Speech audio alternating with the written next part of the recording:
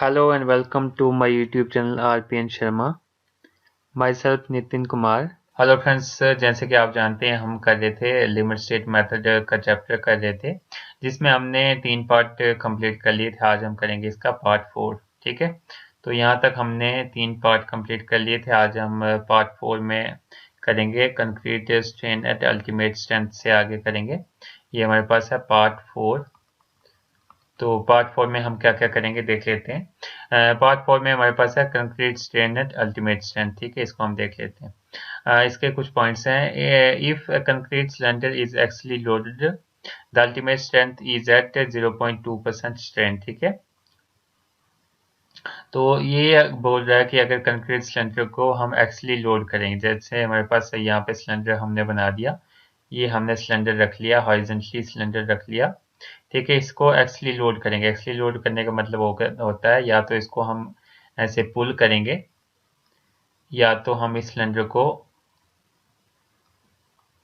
Push करेंगे, sorry, या तो हम इसको खींचेंगे या तो इसको हम कंप्रेस करेंगे। ये आ गया एक्चुअली लोडेड। ठीक है, तो इसमें जो स्ट्रेन आएगी 0.2% स्ट्रेन आएगी। 0.2% स्ट्रेन आएगी, दैट मीन्स इसको जो भी हम सिलेंडर को टेस्ट करते हैं मोस्टली इसको हम क्या करते हैं, पुल करते हैं। ठीक है, तो इसमें जो स्ट्रेन आएगी वो कितनी आएगी, 0.2% स्ट्रेन आएगी। ठीक है, 0.2% स्ट्रेन आने का मतलब होता है ये जो कितना खींचेगा, इसकी जो लेंथ कितनी इंक्रीज होगी, 0.2%। 0.2% हो गया हमारे पास 0.2 डिवाइडेड बाय 100। ठीक है, 0.2 डिवाइडेड बाय 100, तो ये हमारे पास बन जाता है 0.002। तो इतनी स्ट्रेन हमारे पास क्या होगी, प्रोड्यूस होगी। ठीक है, ये किस केस में, कंक्रीट सिलेंडर। ठीक है, इसको जब हम एक्चुअली लोड करेंगे। नेक्स्ट हम देख लेते हैं second point, the for flexure. For flexure, crushing is assumed to occur at 0.35% strain। ठीक है, तो फ्लेक्चर के केस में जो क्रशिंग हमारे पास होती है वो हमारे पास होती है 0.35% स्ट्रेन पे। ठीक है, तो फ्लेक्चर के केस में जो क्रशिंग होती है वो होती है 0.35% स्ट्रेन पे। That means equal to 0.35%, that mean divided by 100, तो ये बन जाएगा 0.0035। ठीक है, तो इतनी स्ट्रेन पे हमारे पास क्या होगी, क्रशिंग होगी, किसकी, कंक्रीट की, इन फ्लेक्चर में। ठीक है, तो हमारे पास कुछ नोट दिया हुआ है, नोट के पॉइंट दिए हुए हैं, देख लेते हैं। इंपॉर्टेंट पॉइंट है, actually it is seen that if the stress distribution is rectangular. ठीक है, ये देखा गया कि अगर स्ट्रेस डिस्ट्रीब्यूशन रेक्टेंगुलर है तो हमारे पास स्ट्रेन जो होगी 0.2% होगी। अगर हमारे पास स्ट्रेस डिस्ट्रीब्यूशन ट्रायंगुलर है तो स्ट्रेन हमारे पास होगी 0.35%। अगर हमारे पास जो स्ट्रेस डिस्ट्रीब्यूशन जो है ट्रेपेजॉइडल है तो हमारे पास स्ट्रेन कितनी होगी, 0.2 टू 0.35%। ठीक है, तो परसेंट मैंने बता दिया कि परसेंट को सिंपल नॉर्मल पॉइंट में कैसे लाना है, तो इसको डिवाइडेड बाय 100 कर देंगे। ठीक है, तो ये इसकी यहाँ पे डायग्राम दी हुई है, यहाँ पे डायग्राम में बता दिए मैंने। तो ये वाला जो पोर्शन है ये आ गया 0.2%। ये जो हमारे पास पोर्शन है ये वाला यहाँ पे ये आ गया 0.2 टू 0.35, और ये नीचे वाला आ गया हमारे पास 0.35%। ठीक है, दैट मीन्स स्ट्रेन, सबसे ज़्यादा स्ट्रेन कौन सी है, ये वाली, उसके बाद कम ये वाली, और उसके बाद सबसे कम ये वाली स्ट्रेन है। ठीक है, आई होप ये लेक्चर भी आपको समझ में आया होगा। नेक्स्ट हम देखेंगे दूसरा टॉपिक। नेक्स्ट टॉपिक है हमारे पास, इंपॉर्टेंट टॉपिक है, डिजाइन स्ट्रेस स्ट्रेन कर्व। ठीक है, डिजाइन स्ट्रेस स्ट्रेन कर्व, तो इसमें हमारे पास कुछ पॉइंट हैं, इंपॉर्टेंट पॉइंट है, देख लेते हैं। Ascending part is taken as second degree parabola. ठीक है, जो हमारे पास असेंडिंग पार्ट होता है, ठीक है, असेंडिंग पार्ट, असेंडिंग क्या होता है, चढ़ता हुआ पार्ट। डिसेंडिंग होता है कम होना, असेंडिंग होता है ज्यादा बढ़ना। ठीक है, ascending part is taken as second degree parabola. जो असेंडिंग पार्ट होगा हमारे पास वो सेकंड डिग्री पैराबोला होगा। और उसके बाद हमारे पास 0.67 FCK equal to strength of concreting structure. तो ये हमारे पास वैल्यू है, ये भी रिमेंबर कर लेनी है, इंपॉर्टेंट वैल्यू है 0.67 FCK। ये हमारे पास स्ट्रेंथ ऑफ कंक्रीटिंग स्ट्रक्चर, जो स्ट्रेंथ होती है कंक्रीट की स्ट्रक्चर में, उसकी वैल्यू दी है 0.67 FCK। तो ये पॉइंट भी हमने रिमेंबर कर लेना, इंपॉर्टेंट पॉइंट है।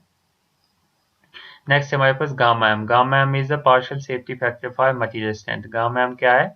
Partial safety factor for the material strength. जैसे कि पीछे हमने देखा गामा एम इक्वल टू 1.5। 1.5 हम लेते हैं किसके लिए? लिमिट स्टेट ऑफ कोलैप्स के लिए। और गामा एम 1.0 हम लेते हैं लिमिट स्टेट ऑफ सर्विसिबिलिटी के लिए। तो ये वाली दो वैल्यूज भी आपको याद रखनी है कि जो गामा एम है उसकी जो वैल्यू है हम 1.5 लेते हैं लिमिट स्टेट ऑफ कोलैप्स के लिए एंड 1.0 हम लेते हैं लिमिट स्टेट ऑफ सर्विसिबिलिटी के लिए। और गामा एम क्या है? Partial safety factor for the material strength. ठीक है, तो ये आपको रिमेंबर कर लेना है। ठीक है, उसके बाद हमारे पास नेक्स्ट टॉपिक आ जाता है, इंपॉर्टेंट टॉपिक है assumption in limit state of collapse or flexure। ठीक है, तो हमारे पास कौन कौन सी assumptions हैं लिमिट स्टेट ऑफ कोलैप्स में या फिर लिमिट स्टेट ऑफ फ्लेक्चर में, वो हमने देख लेनी है। वो इम्पॉर्टेंट है, उसके बेसिस पे हमारे पास न्यूमेरिकल सॉल्व होंगे। तो आप लोग ये सारी चीज़ें देखेंगे, सभी लेक्चर अच्छे से देखेंगे।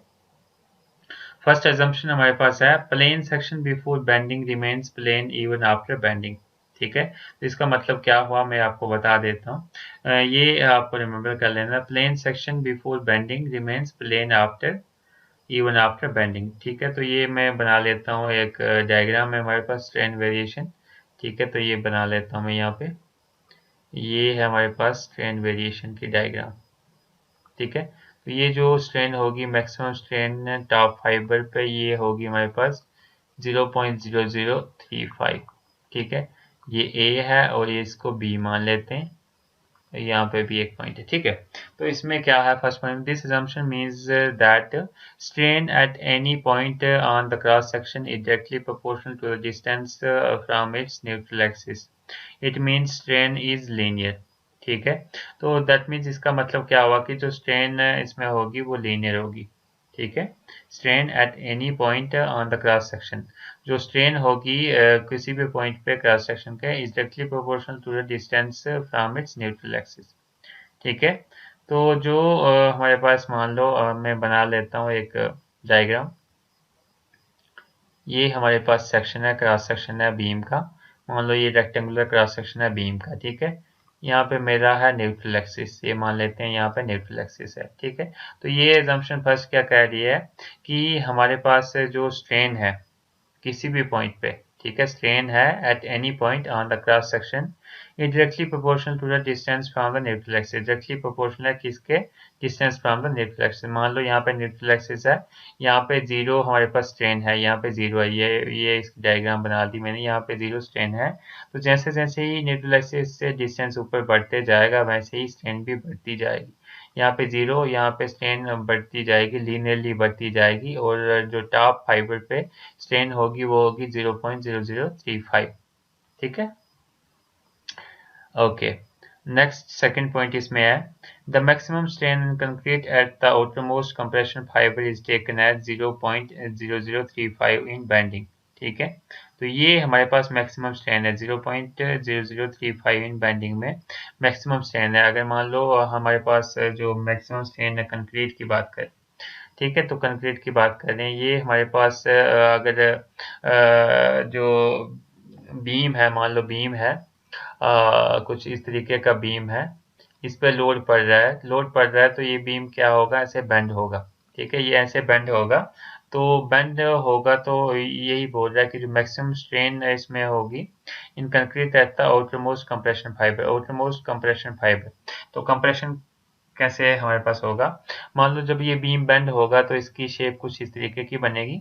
मैं यहाँ पे बना लेता हूँ, इसकी शेप कुछ इस तरीके की बनेगी, ऐसे ऐसे बनेगी इसकी शेप, ऐसे ऐसे जैसे बनेगी। ठीक है, तो ये हमारे पास हो गई कंप्रेशन साइड, क्योंकि ये चीज जो है कंप्रेस हुई है। ठीक है, इसकी लेंथ कम हुई है।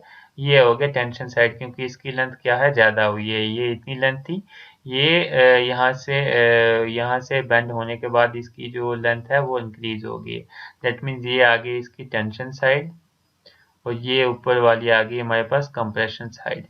ठीक है, तो ये मैं बार बार नहीं बताऊंगा, ये आपको रिमेम्बर कर लेना है।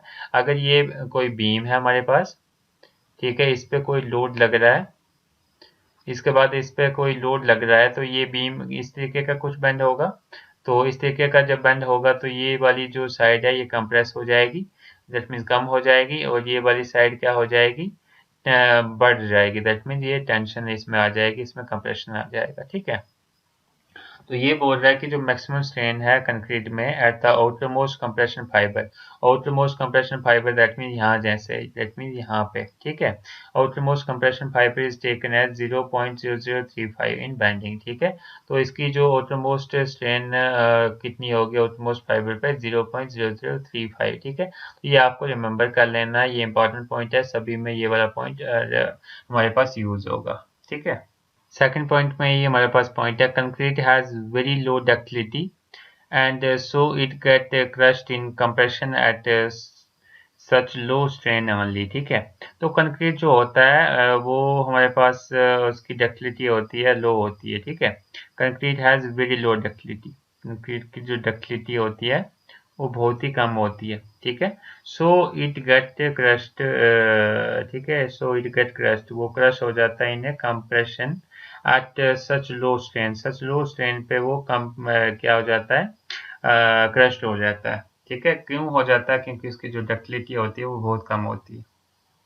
ठीक है, कंक्रीट क्या है हमारे पास, ब्रिटल है, ऑलमोस्ट ब्रिटल मटेरियल है। ठीक है, next point is note that regardless of whether the beam is under reinforced or over reinforced, the failure of beam always occur by crushing of concrete। ठीक है, तो ये बहुत इंपॉर्टेंट चीज़ है हमारे पास, जो फेलियर है बीम का वो अक्कर करता है occur by crushing of concrete. ठीक है, जो फेलियर अक्कर करता है by the crushing of concrete से ही अक्कर करता है, चाहे वो बीम हमारे पास अंडर रीइंफोर्स्ड बीम हो, चाहे वो ओवर रीइंफोर्स्ड बीम हो, उससे कोई मतलब नहीं होता।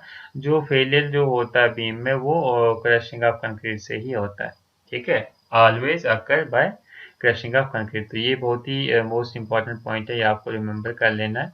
और ये भी इंपॉर्टेंट पॉइंट है कि ये भी आपको रिमेंबर कर लेना है, ये भी इंपॉर्टेंट है, लेकिन ये मोस्ट इंपॉर्टेंट पॉइंट है, ये आपको रिमेंबर कर लेना है कि जो फेलियर होता है बीम में वो क्रशिंग ऑफ कंक्रीट की वजह से ही होता है। ठीक है,